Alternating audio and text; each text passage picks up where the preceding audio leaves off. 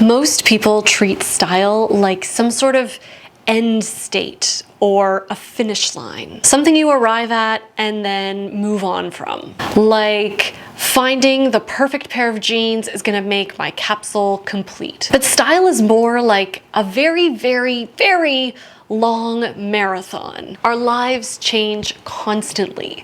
We become parents, we move, we get injured, we change jobs, we gain weight, we lose weight. So a rigid style goal often ages before we do. And then we end up with a closet full of items that we don't reach for, full of items that don't fit our identity or our physical body, and outfits that look good in theory, but not in real life. So what I've found is that it's not really about trends or rules. It's about habits that support good style in real life. I like to ask, what's my intention? Bringing it back to our why connects us to our values. And this is where good style starts. When I stopped treating style as something completely separate from the rest of my life, the way I got dressed changed. Our outfits are directly impacted by things that we rarely associate with style. Think about it. Our good outfit days aren't necessarily the ones when we're wearing something new or something really expensive. Our good outfit days are the days where we don't feel rushed,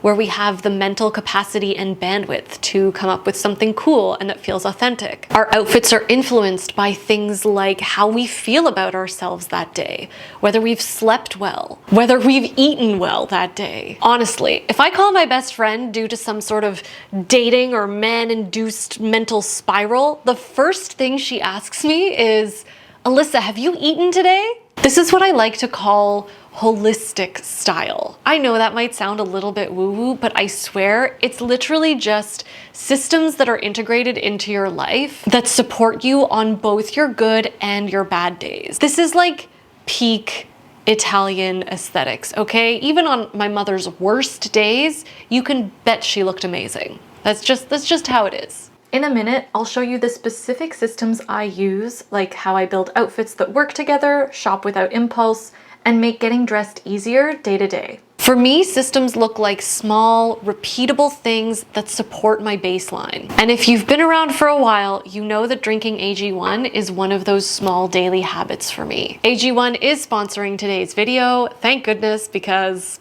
I take it all the time. Drinking AG1 is a crucial habit for me, not because it makes me better or because it's a silver bullet for good health, but because it supports my nutrition and wellness needs in a way that is both sustainable but also enjoyable. I drink AG1 every day, first thing in the morning, before my coffee or tea, before my workout. One scoop in the morning supports whole body health from more than 75 minerals, nutrients, probiotics, and whole food sources. I love knowing that my immune health and my gut health are supported because look, even though I eat really well most of the time, you know, sometimes for breakfast, you gotta have a little bit of you gotta indulge, but I'm okay with it. I feel supported knowing that AG1 replenishes commonly underconsumed daily micronutrients. I bring their convenient travel packs with me to Italy all the time because they are a part of my daily routine. For a limited time,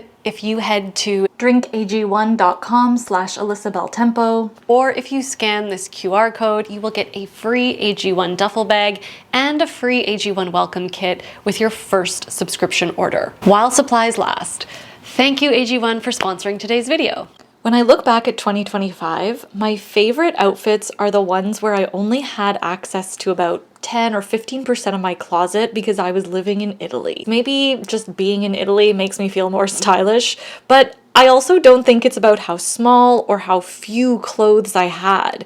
It was more about the fact that I had intentionally chosen each item so that my closet worked together as a whole, like a happy little garment family. The easiest way to achieve a closet that feels cohesive is by choosing one element of style, be it color, silhouette, and creating cohesion within that one element. For most people, the easiest element to pick is color. When we open up our closets, it's the first thing our eyes can visualize without pulling pieces out. And I'm not talking about a neutral capsule wardrobe that looks like this, okay? No, no, no. We can have color with maybe a few palette cleansers thrown in there as well. The point is that they naturally combine to play together well with minimal effort. You can do this with shapes and other elements of style too. And if you don't know what I'm talking about when I say elements of style, I created a course just for this.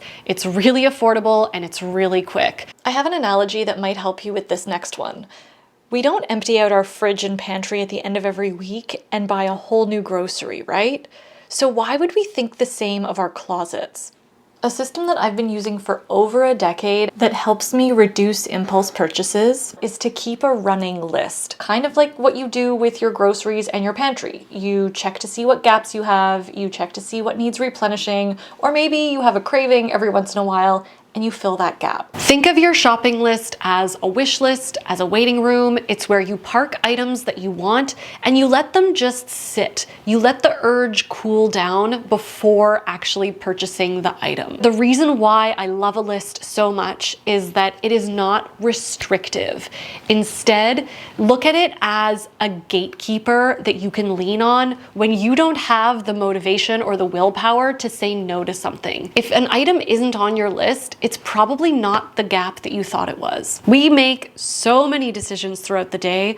No wonder if we start one out of confusion, frustration, overwhelm, just when we're trying to put our clothes on. No wonder we blame our closet or ourselves. So the one system I use to reduce this morning decision fatigue is planning my outfits the night before and having a dedicated space to put them. You don't have to plan your outfits the night before. You could do this at the start of your week. You could even do this at the beginning of the month, just for specific events where you know you're going to be stressed or don't have time to manage your outfit beforehand.